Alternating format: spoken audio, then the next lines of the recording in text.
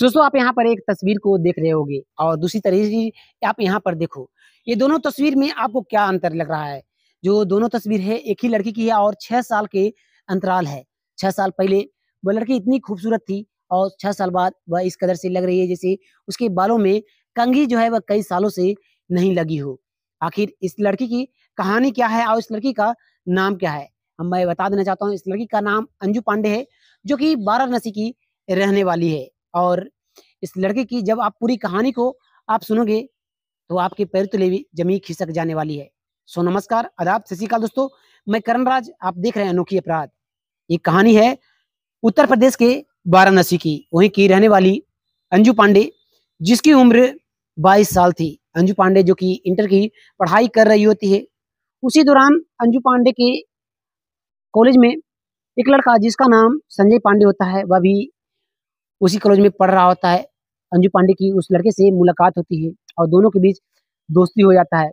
धीरे-धीरे दोस्ती जो थी वह बढ़ती जाती है और दोनों के बीच कब प्यार हो जाता है, उन दोनों को भी पता नहीं चलता। दोनों को प्यार हो जाने के बाद दोनों एक-दूसरे के साथ घूमना-फिरना शुरू कर देते हैं और जैसे-जैसे समय गुज़रता है, जो अंजू पांडे के घर वाले थे, उन्हें जानकारी मिलती है कि अंजू पांडे जो है वह किसी लड़के से कॉलेज में जाती है, तो वह मिलती है, बातचीत करती है।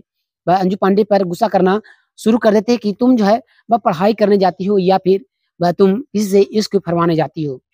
अंजू पांडे अपने माता-पिता से कहती है कि मैं उस लड़के से प्यार करती हूँ और उसे एक साथ मैं अपनी पूरी ज़िंदगी अब बिताऊँगी, शादी करूँगी। अंजू के माता-पिता उस पर गुस्सा करते हैं कि नहीं, तुम उस लड़के से शादी बिल्कुल नहीं करोगी और मैं जिस लड़के से कहूँगा, उस लड़के से तुम्हें शादी करनी पड़ेगी। इस बात को सुनकर जो अंजू पांडे थी, वह अगले दिन जब कॉलेज पहुँचती है, वहाँ पर संजय पांडे जब आता है, तो अंजू पांडे अपने घर में बीते बातों को सारे बताती है कि उसके माता-पिता जो हैं, वह काफ़ी ज़्यादा गुस्सा कर रहे हैं और तुम जो है वह कब मुझसे शादी करोगे? इस बात को सुनकर संजय पांडे जो था, वह कहता है कि जब कहो, जब मैं तुमसे शादी कर लूँगा।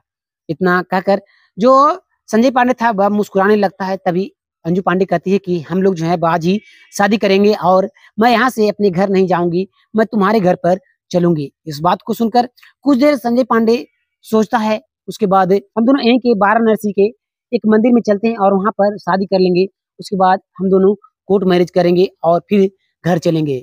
इस बात को सुनकर अंजू पांडे काफ़ी ज़्यादा खुश होती है और वहाँ से वह दोनों निकलते हैं और सबसे पहले एक मंदिर पहुँचते हैं और वहाँ पर दोनों शादी कर लेते हैं। शादी करने के बाद जो अंजू पांडे थी और संजय पांडे दोनों कोर्ट पहुँचते हैं और दोनों वहाँ पर कोर्ट मैरिज कर लेते हैं दोनों खुद की मर्ज़ी से। उसके बाद जो संजय पांडे था, वह अपनी पत्नी अंजू पांडे को लेकर अपने घर पर पहुँचता है, जहाँ पर जो संजय पांडे के माता-पिता, भाई-बहन सभी थे। वह जैसे ही देखते हैं कि जो संजय पांडे है, वह शादी कर एक लड़की को घर लेकर चला आया है। वह सभी तुरंत संजय पांडे के पास पहुँचते हैं और कहते हैं कि ये लड़की कौन है और तुम हम लोग को बिना बताए हुए इससे शादी क्यों कर लिए? और ये लड़की कहाँ की रहने वाली है? कई तरह के सवाल जो थे, वह घरवाले संजय पांडे को पूछना शुरू कर देते हैं। जो संजय पांडे था, वह कहता है कि मैं इस लड़की से प्यार करता हूँ और इस लड़की का नाम अंजू पांडे है और हम दोनों एक ही कॉलेज में पढ़ा करते हैं और हम दोनों ने पहले मंदिर में शादी की, उसके बाद हम लोगों ने कोर्ट मैरिज कर ली है। संजय पांडे के माता-पिता संजय पांडे पर गुस्सा करना शुरू कर देते हैं कि क्या हम लोग जो है वह तुम्हारी शादी नहीं कराते, जो तुम खुद की मर्ज़ी से जाकर शादी कर ली हो। इससे अच्छी लड़की से हम लोग तुम्हारी शादी कराते और वह दहेज लेकर भी आती। इस बात को सुनकर संजय पांडे कहता है कि पापा मैं इसे प्यार करता हूँ और मैं इसी के साथ पूरी ज़िंदगी बिताऊँगा। इस बात को कहते हुए संजय पांडे अंजू पांडे को लेकर घर के अंदर चला जाता है और वह अपने कमरे में जाकर अंजू पांडे को बैठा देता है। जो संजय पांडे की बहन थी खुशबू पांडे, वह तुरंत अंजू पांडे के पास पहुँचती है और उस पर गुस्सा करना शुरू कर देती है कि तुम जो है मेरे भाई को बहला-फुसला कर उसे तुम शादी कर ली हो, प्यार के झांसे को देकर। तुम जैसी लड़की को मैं जानती हूँ। बहुत तरह की बातें जो थी, वह तुरंत खुशबू पांडे अपनी भाभी अंजू पांडे को कहना शुरू कर देती है, लेकिन अंजू पांडे बिल्कुल चुप सी रहती है और वह कुछ भी नहीं बोलती। धीरे-धीरे समय गुजर रहा होता है, सभी घरवाले जो थे, वह अंजू को देखते ही अपनी नज़र को घुमा लिया करते। जब अंजू किचन में खाना खाने के लिए पहुँचती, तो वहाँ पर खाना बचा-कुचा जो होता, सभी घर वाले जो थे वह उसे कूड़ेदान में फेंक दिया करते। अंजू पांडे को कुछ समझ में नहीं आ रहा होता है, वह अपने पति को सारी बातों से अवगत कराती। संजय पांडे अपने माँ और अपनी बहन को के पास जाता और वहाँ पर अपनी माँ बहन को समझाने की कोशिश करता, तो वो लोग उसकी ही कान को भरना शुरू कर दिया करते।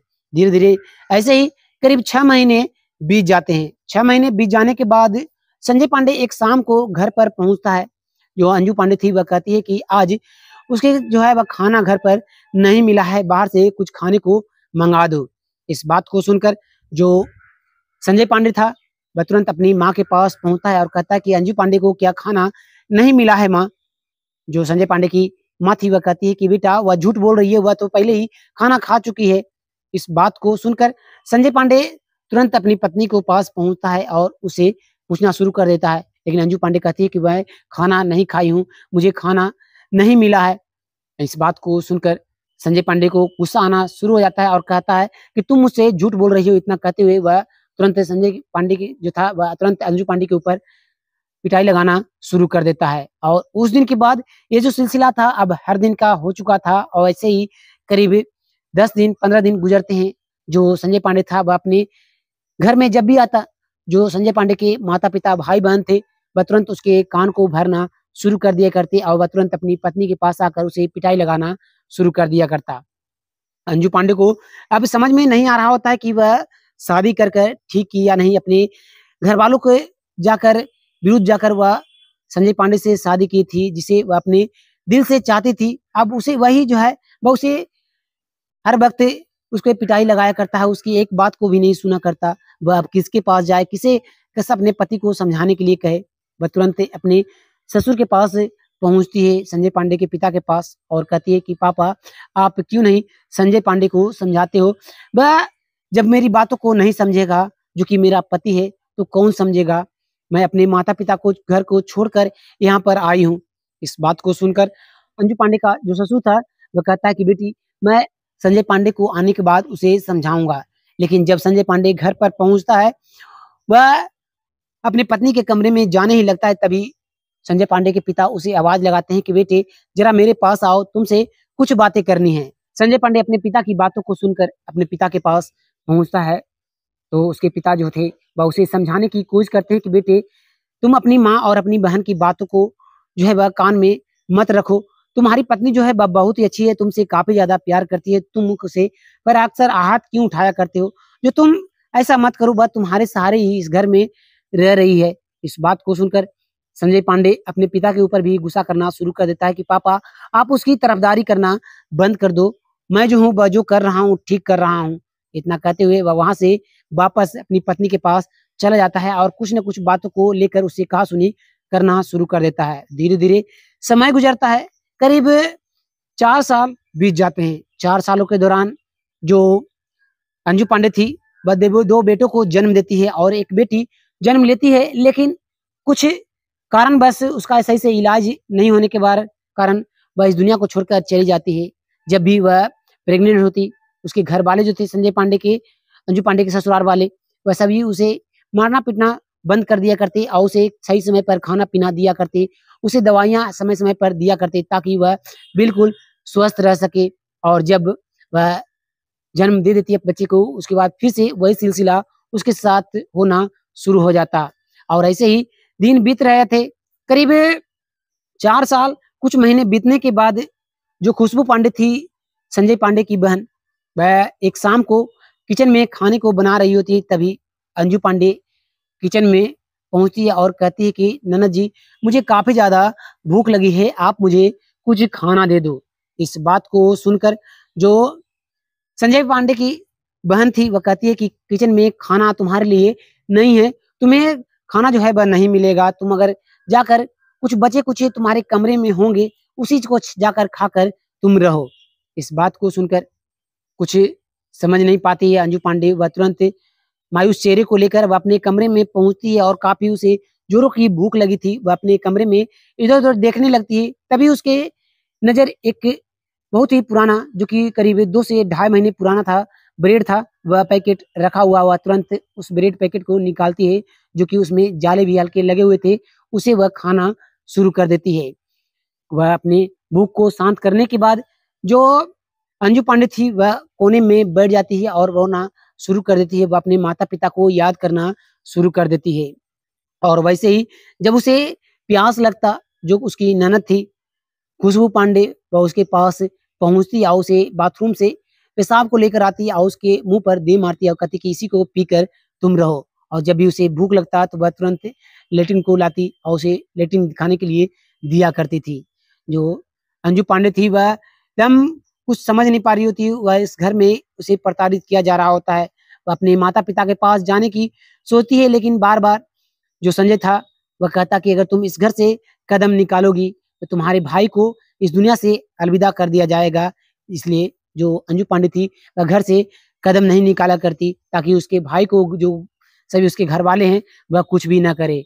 वह सारे दुख तकलीफ को सहकर वहीं पर रह रही होती है। जो अंजू पांडे का दोनों बेटा था वह अपनी माँ के पास कभी भी आया नहीं करता। उसके माता-पिता के जो थे संजय पांडे के, वह हमेशा अपने पोतों को समझाया करते कि तुम्हारी माँ जो है वह हल्के दिमाग की है, वह उसके पास मत जाया करो, वह तुम्हें कहीं न इस दुनिया से अलविदा ना कर दे। देखते हो कि वह कैसी हालत में रहती है। इस बात को सुनकर अंजू पांडे का जो बेटा था वह भी उसके पास आने से मना कर दिया करता। वह अपने ममता भरी नज़रों से अपने बेटे को अपने पास बुलाने की कोशिश करती, लेकिन जो संजय पांडे की माँ थी, अंजू पांडे की सास और ननद, वह उसके पास से आने नहीं दिया करती। और ऐसे ही दिन गुजरते हुए जा रहे होते हैं। एक शाम के करीब 6 बज रहे होते हैं जब अंजू पांडे की जो ननद थी, उसकी शादी अंजू पांडे के मौसी के लड़के से हुई थी। वह जब घर पहुँचता है तो देखता है कि अंजू पांडे जो है उसकी बहन वह कोने में बैठी हुई है, मायूस, और सभी के चेहरे को बैठकर देख रही है। उसके बाल जो हैं वह बिखरे पड़े हैं और उसके कपड़े जो हैं वह फटे हुए पुराने हैं। इस दृश्य को देखकर अंजू पांडे की जो मौसी के लड़का था, वह अपनी पत्नी खुशबू पांडे के पास पहुँचता है और कहता है कि आखिर अंजू पांडे के साथ क्या हुआ है? वह वहाँ कोने में बिखरे हुए बाल जैसे हैं और वह बैठी हुई है। इस बात को सुनकर वह सारी बातों से अवगत कराती है कि मैं अपने भाई की दूसरी शादी कराना चाहता हूँ। वह इस घर में जब से आई है, जो है वह हम लोगों को उस वह पसंद बिल्कुल नहीं है। मेरा भाई भी अब उसे पसंद नहीं करता है।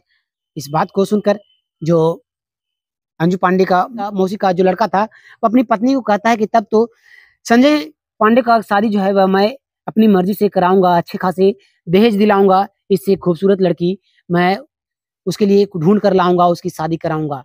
इस बात को सुनकर खुशबू पांडे ज़ोरों से हँसना शुरू कर देती है। जो बाहर बैठी अंजू पांडे थी, वह इन सब बातों को सुन रही होती है और सोच रही होती है कि वह उसका भाई है और उसके ही घर के बारे में इस तरह की बातें वह कर रहा है। वह अपने भाई से कहती है कि वह जाकर उसके माता-पिता के पास इन सब बातों को बताए, लेकिन वह घर से तो जाता ज़रूर है, लेकिन वह अंजू पांडे के घर जाकर कुछ भी नहीं बताता। लेकिन उस दौरान कई बार जो अंजू के माता-पिता थे, वह उसके ससुराल पहुँचते हैं अंजू से मिलने के लिए, तो सभी घरवाले जो थे, वह अंजू पांडे के ससुराल वाले वह कहते हैं कि अंजू पांडे जो है वह आप लोगों से मिलना नहीं चाहती, क्योंकि आप लोगों ने उस वक़्त शादी के वक़्त गुस्सा किया था। इसलिए वह सभी वापस घूमकर दरवाजे पे से ही चले जाया करते थे और ऐसे ही दिन गुजरते हुए जा रहे होते हैं। कभी-कभार जब भी मन होती, जो खुशबू पांडे थी और खुशबू पांडे की जो माँ और संजय पांडे सभी मिलकर गाना गाते और अंजू पांडे को उल्टा-उल्टा लटका दिया करते और उसे प्रताड़ित करना शुरू कर दिया करते। अंजू पांडे अब सभी को हाथ जोड़ती और कहती कि उसे छोड़ दे, मगर वह इस घर से चली जाएगी, दोबारा इस घर में नहीं आएगी। लेकिन सभी घरवाले थे, वह कहते हैं कि तुम यहाँ पर से सही सलामत घर से तुम्हें नहीं जाने दिया जाएगा। जब जाओगी, तुम्हें इस घर से तुम्हारी अर्थी ही जाएगी। इस बात को सुनकर अंजू पांडे को कुछ समझ में नहीं आता और वह एक रात को जब देखती है कि सभी घरवाले जो हैं वह सोए हुए हैं, रात के करीब 11 बज रहे होते हैं, वह तुरंत अपने घर के बालकनी में पहुँचती है और वह तुरंत अपने घर के बालकनी से बगल के जो एक स्कूल था, उस स्कूल के छत पर जाकर छलांग लगाती है और वहाँ से वह सीधे थाने पहुँचती है। थाने में जाने के बाद वह सारी बातों से जब पुलिस वालों को अवगत कराती है, पुलिस वाले सोचते हैं कि यह कोई पागल है, इस वजह से थाने में आई है, उसे डाँट फटकार लगाकर थाने से निकाल दिया उसे जाता है। जो अंजू पांडे थी, वह आने-जाने वालों में से एक किसी से एक मोबाइल को लेती है और कहती है कि मेरे भाई के पास आप कॉल लगा दो। वह तुरंत अपने भाई के पास कॉल लगवाती है और अपने भाई को कहती है कि जल्दी से मेरे पास चले आओ। वह एड्रेस को बताती है और जो अंजू पांडे का भाई था, वह जब अंजू पांडे के पास पहुँचता है, वह पहचान नहीं पाता। वह पूछने लगता है कि तुम तो मेरी बहन नहीं लग रही है, मेरी बहन जो थी वह ऐसे कैसे हो सकती है? अंजू पांडे अपने पूरी कहानी को अपने भाई को बताती है, जिसके बाद अंजू पांडे का वह जो भाई था, वह अपनी बहन को लेकर वह वापस से घर पहुँचता है, जहाँ जाने के बाद अंजू के माता-पिता सभी अंजू को पहचानने से इनकार कर देते हैं। लेकिन जब पूरी कहानी अंजू पांडे बताती है, सभी के घर वाले को आँखों में आँसू आ जाता है और वह तुरंत अंजू पांडे को गले से लगा लेते हैं और अगली सुबह होते ही सभी मिलकर पास के थाने में पहुँचते हैं और वहाँ पर रिपोर्ट लिखवाते हैं। लेकिन पुलिसकर्मी जो थे, वह इस पर कार्रवाई तुरंत नहीं करते हैं और जो अंजू पांडे के ससुराल वाले हैं, वह अभी सही सलामत अपने घर में रह रहे हैं। योगी सरकार जो है, वह अभी इस पर ध्यान क्यों नहीं दे रही है? आप कमेंट कर ज़रूर बताइएगा। ये कहानी जो है, वह अंजू पांडे की थी और अंजू पांडे जो कि लव मैरिज अपने घर वालों को विरुद्ध जाकर की थी। अपने अगर माता-पिता की मर्ज़ी से की होती, सभी की खुशहाली से की होती, तो आज शायद अंजू पांडे जो है, वह सही सलामत अपने ससुराल में खुशी-खुशी रह रही होती है। आपको क्या लगता है? कमेंट कर ज़रूर बताइएगा और अंजू के ससुराल वालों को साथ क्या होना चाहिए?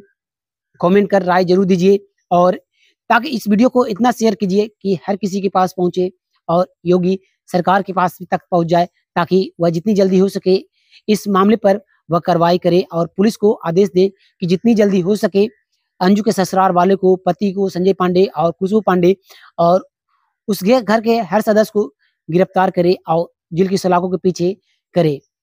ये कहानी सुनाने का मकसद किसी का दिल दुखाना नहीं, किसी को ठेस पहुँचाना नहीं, बल्कि जागरूक करना है। आपको ये वीडियो कैसी लगी? कमेंट कर ज़रूर बताइएगा। फिर मिलते हैं एक और कहानी के साथ। तब तक के लिए धन्यवाद। जय हिंद।